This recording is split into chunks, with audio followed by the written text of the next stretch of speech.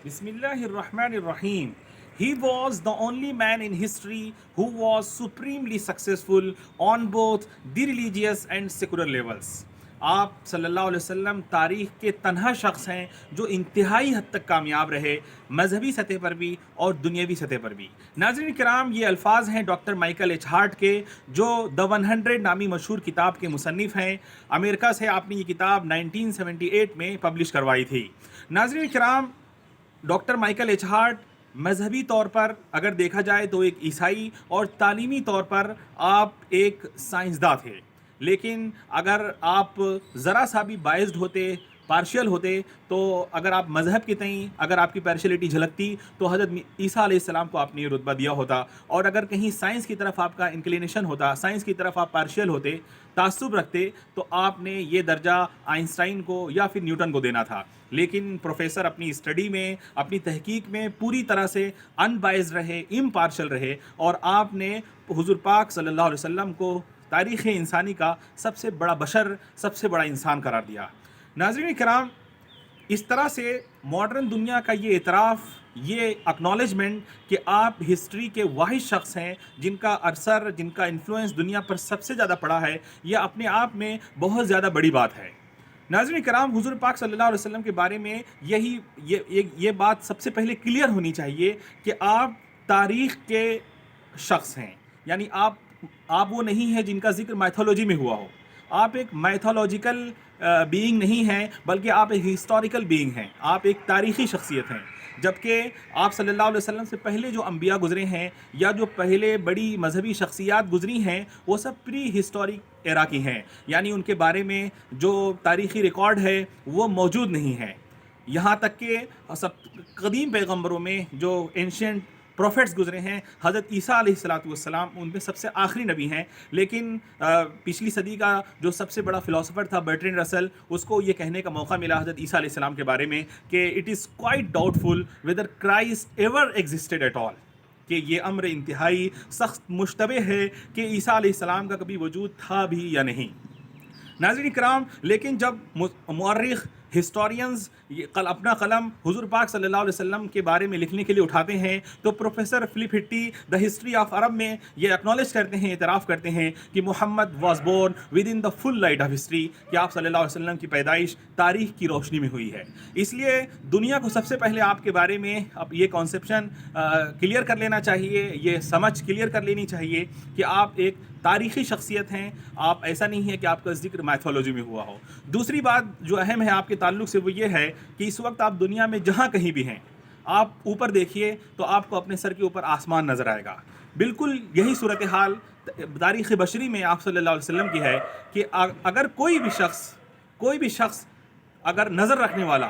وہ اپنی نظر اٹھا کے دیکھے تو اس کو آپ کی ذات چمکتی ہوئی نظر آئے گی۔ کوئی شخص جس کو رہنمائی چاہیے، جس کو گائیڈنس چاہیے، جب بھی وہ گائیڈنس لینے کے لیے، راستہ پانے کے لیے وہ ادھر ادھر نظر دوڑائے گا، تو اللہ تعالیٰ نے آپ کی شخصیت کو ایسا اتنا اونچا اور اتنا بلند و بالا بنایا ہے کہ ہر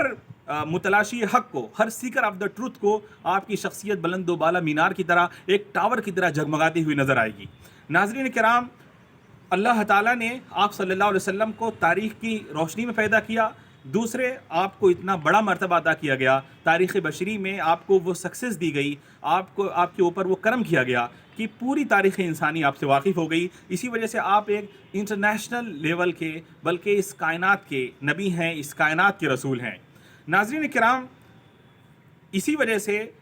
جو پوری دنیا میں مسلمان بستے ہیں وہ آپ صلی اللہ علیہ وسلم پر پورا بھروسہ رکھتے ہیں، کیونکہ آپ اگر دیکھا جائے تو 1570 یا 1571 میں پیدا ہوئے۔ آپ ماں کے پیٹ میں تھے تو آپ کے والد صاحب کا انتقال ہو گیا تھا۔ جب آپ کی عمر 6 سال کی ہوئی تو آپ کی والدہ بی بی آمنہ دنیا چھوڑ کر چلی گئیں۔ پیٹ میں تھے تو حضرت عبداللہ چلے گئے تھے۔ اس کے بعد آپ کے جو گرینڈ فادر تھے، آپ کے دادا عبد المطلب نے آپ کو ٹیک کیئر کیا، لیکن جب آپ کی عمر 8 سال کی ہوئی تو وہ بھی اس دنیا سے چلے گئے۔ اس کے بعد چچا ابو طالب نے، جو آپ کے انکل تھے، انہوں نے آپ کی پرورش کی، آپ کو نرچر کیا، آپ کی دیکھ ریکھ کی۔ ناظرین کرام، حضور پاک صلی اللہ علیہ وسلم بچپن ہی میں یتیم ہو گئے تھے۔ آپ کو ماں باپ کی شفقت اس طرح نہیں مل سکی جس طرح ملنی چاہیے تھی۔ آپ کو اللہ تعالیٰ نے شروع میں یتیمی کا جو درد ہوتا ہے وہ محسوس کروایا تاکہ پوری دنیا کے جو یتیم ہیں ان کے اوپر شفقت کا ہاتھ رکھا جا سکے۔ ناظرین کرام، آج کی دنیا اگر یہ چاہتی ہے کہ وہ ایک پیسفل سکسیسفل سوسائٹیز کا قیام عمل میں لائے، تو ضروری ہے کہ آج کے تقریباً 1400 سال پہلے اللہ تعالیٰ نے عرب میں، سرزمین عرب میں جو معجزہ برپا کیا تھا، جو ریولیوشن کریٹ کیا تھا ایک پیغمبر کے ذریعے سے، اگر دیکھا جائے تو اس وقت کا جو سویلائزڈ ورلڈ تھا، یورپ، ایشیا اور افریقہ کے بیچ میں جو عرب کا علاقہ ہے، جو سرزمین مکہ ہے، اس وقت کی جو متمدن دنیا ہے اس کا وہ مرکز نظر آتا ہے، اس کا وہ سینٹرل پوائنٹ ہے۔ وہاں پر بیچ میں چراغ رکھا گیا تاکہ اس کی روشنی پورے سویلائزڈ ورلڈ میں پھیل سکے، گاؤں میں، شہروں میں، ہر جگہ پر لوگ تاریکی کے اندھیروں سے نکل کر علم کی روشنی کی طرف آ سکیں۔ ناظرین کرام، آپ صلی اللہ علیہ وسلم کی تعلیمات یہ تھیں کہ لوگوں، تمہیں ایک خدا نے پیدا کیا ہے، اس لیے اپنے ہاتھ سے بنائے ہوئے بتوں کی پوجا نہ کرو، اس لیے ورلڈلی بینیفٹ کے لیے ان چیزوں میں الجھ کر اپنے خالق کو فراموش نہ کر بیٹھو۔ آپ نے یہ بتایا کہ کالے اور گورے کے درمیان کوئی فرق نہیں ہے، لا فضل لعربی علی عجمی ولا لعربی علی عجمی ولا لاسود علی ابیض ولا لابیض علی اسود الا بالتقوی، یعنی کسی کالے کو کسی گورے پر، کسی گورے کو کسی کالے پر، کسی عربی کو کسی اجمی پر، یا کسی اجمی کو کسی عربی پر کوئی سپیریٹی حاصل نہیں ہے، کوئی تفوق، کوئی برتری حاصل نہیں ہے۔ عزت کا حقدار صرف وہ شخص ہے جس کے اندر تقویٰ ہو، یعنی جس کے اندر پرہیزگاری ہو، جو گناہوں سے زیادہ بچنے والا ہو، جو اللہ کا زیادہ لحاظ کرنے والا ہو۔ یہ آپ کی بیسک ٹیچنگز تھیں جو آپ نے اپنے سارے انسانوں کو دی جو آپ کے بعد اس دنیا میں آنے والے ہیں۔ اگر آج کی دنیا یہ چاہتی ہے کہ وہ ایک سکسیسفل سوسائٹی قائم کرے جہاں پر بچوں پر رحم کیا جائے، عورتوں کا احترام کیا جائے، لیڈیز کو ان کا ریسپیکٹ ملے، ان کو انہیریٹنس رائٹ ملے اور برابری کا ان کو وہ درجہ مل سکے جو اسلام نے دیا ہے بحیثیت انسان کے، تو دنیا کو پھر اسی تاریخ کی طرف نگاہ دوڑانی ہوگی کہ وہ کون سے ایلیمنٹس تھے آپ کی زندگی کے، وہ کیا نمایاں اوصاف تھے، وہ کیا کوالٹیز تھیں جو آپ کی شخصیت میں پائی جاتی تھیں، اور جن تدبیروں کو اور اسٹریٹجیز کو اپنا کر آپ نے اپنے ساتھیوں کی، آپ نے اپنے صحابہ کی اس طرح تربیت کی، اس طرح سے ان کو ٹرین کیا کہ ہر شخص اپنے آپ میں ایک لیڈر تھا۔ آپ کی صحبت میں جو آیا وہ لیڈر بن گیا۔ ناظرین کرام، یہی وجہ ہے کہ ہم اپنے اس ویڈیوز کے ذریعے آپ صلی اللہ علیہ وسلم کی زندگی کے وہ پہلو، وہ اسپیکٹس ہائی لائٹ کریں گے جن کو اپنا کر، جن کو اگر کوئی فرد اپنائے، کوئی انڈیویجول اپنائے تو اس کی زندگی روشن ہو جائے، کوئی سوسائٹی اپنائے تو وہ سوسائٹی سویلائزڈ ہو جائے، مہذب ہو جائے، کلچرڈ ہو جائے، سوفسٹیکیٹڈ ہو جائے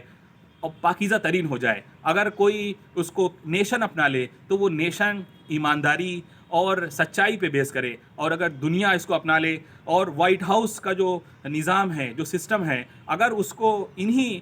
جو یونیورسل ایتھیکل ویلیوز جو قرآن نے پیش کی ہیں اس پہ اگر بیس کیا جائے تو دنیا کی وہ طاقتیں، ان طاقتوں کو ویٹو پاور حاصل نہیں ہوگا جن کے پاس بامز ہیں، جن کے پاس نیوکلیئر پاور ہے، بلکہ وہ طاقتیں اس کے اندر ویٹو پاور حاصل کریں گی جو زیادہ پیسفل ہوں گی، جو زیادہ شریف ہوں گی، جو زیادہ تقوی والی ہوں گی، جو زیادہ ایماندار ہوں گی۔ اس طرح دنیا کے اندر اس وقت جو ہمیشہ جنگ کا خطرہ منڈلا رہا ہے وہ ٹل سکتا ہے، اور پیس، امن ایک بار دنیا میں پھر پریویل کر سکتا ہے، کیونکہ آپ پیس کے سب سے بڑے امبیسڈر تھے، امن کے سب سے بڑے آپ جو ہے پیغام دینے والے تھے۔ آپ کو اللہ تعالیٰ نے کہا تھا کہ قاتلوا حتی لا تکون فتنہ ویکون الدین کلہ للہ،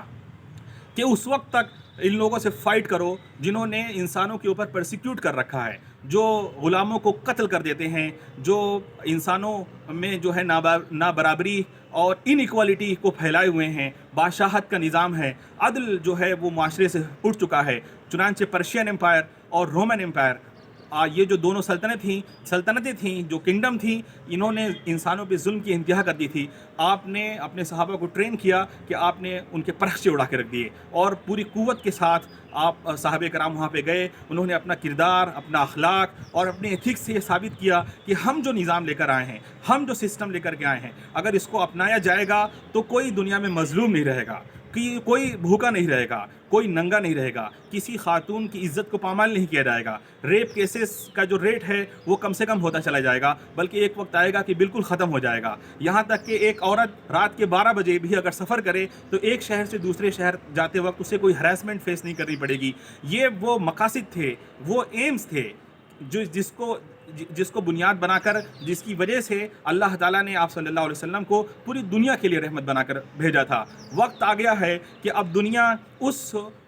پروفیٹک مشن کو اپنائے اور آپ صلی اللہ علیہ وسلم کی شخصیت کا اعتراف کرے، اکنالج کرے، اور آپ کا جو وے آف لائف ہے، آپ کا جو دیا ہوا سسٹم آف لائف ہے، خواہ وہ اکانومی سے متعلق ہو یا وہ پولیٹکس سے متعلق ہو، وہ کسی بھی زندگی کے اسپیکٹ سے متعلق ہو، کسی بھی واک آف لائف میں اس کو اپلائی کر دیا جائے اور اس کے ریزلٹس سالوں میں آپ دیکھ سکتے ہیں. امید ہے کہ دنیا ان باتوں پر غور کرے گی اور آپ صلی اللہ علیہ وسلم کو دوبارہ اسٹڈی کرے گی، ری وزٹ کرے گی، تاکہ دنیا کا جو نظام ہے اس کے اندر عدل، انصاف اور جسٹس کو آخری فارم میں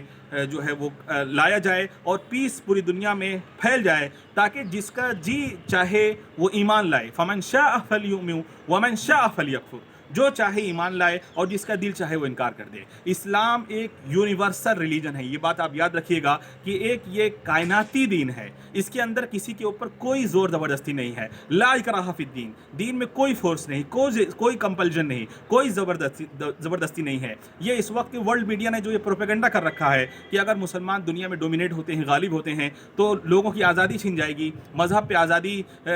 لوگوں کے پاس نہیں رہ جائے گی. یہ ایک فالس پروپیگنڈا ہے جو مسلمانوں کو بدنام کرنے کے لیے کیا جا رہا ہے. اصل میں تو آپ صلی اللہ علیہ وسلم نے یہ فرمایا ہے، الخلق عیال اللہ، کہ تمام مخلوق، the whole creature is a family of God، کہ تمام مخلوق اللہ کا کنبہ ہے. آپ بتائیے کہ اللہ کے کنبے کو یہاں پہ سروائیو کرنے کا موقع نہیں دیا جائے گا. وہ دین جو یہ کہتا ہے کہ ساری انسانیت ایک خاندان ہے، ایک آدم کی اولاد ہے، جو وحدت آدم کا تصور دیتا ہو اور جو وحدت الہ کا تصور دیتا ہو، کیا وہ دین ایسا کرے گا کہ وہ نان بلیورز کو رائٹ ٹو لائف چھین لے، آزادی کے ساتھ ان کو رہنے کا موقع نہ دے؟ ایسا ہرگز نہیں ہوگا. بلکہ ہر شخص مذہبی اعتبار سے جو چیز اپنانا چاہے، جس عقیدے کو اپنانا چاہے، جس یقین کو، جس فیتھ کو اپنانا چاہے، اس میں وہ 100% آزاد ہوگا. بس ضرورت اس بات کی ہے کہ آپ کی زندگی کو ایک بار اسٹڈی کیا جائے اور آپ کے جو پرنسپلز ہیں ان کو اپلائی کر کے دیکھ لیا جائے. نتیجہ انشاءاللہ بہت جلد برآمد ہو جائے گا. امید ہے کہ آپ ان باتوں پہ غور کریں گے. بہت شکریہ، جزاک اللہ خیرا.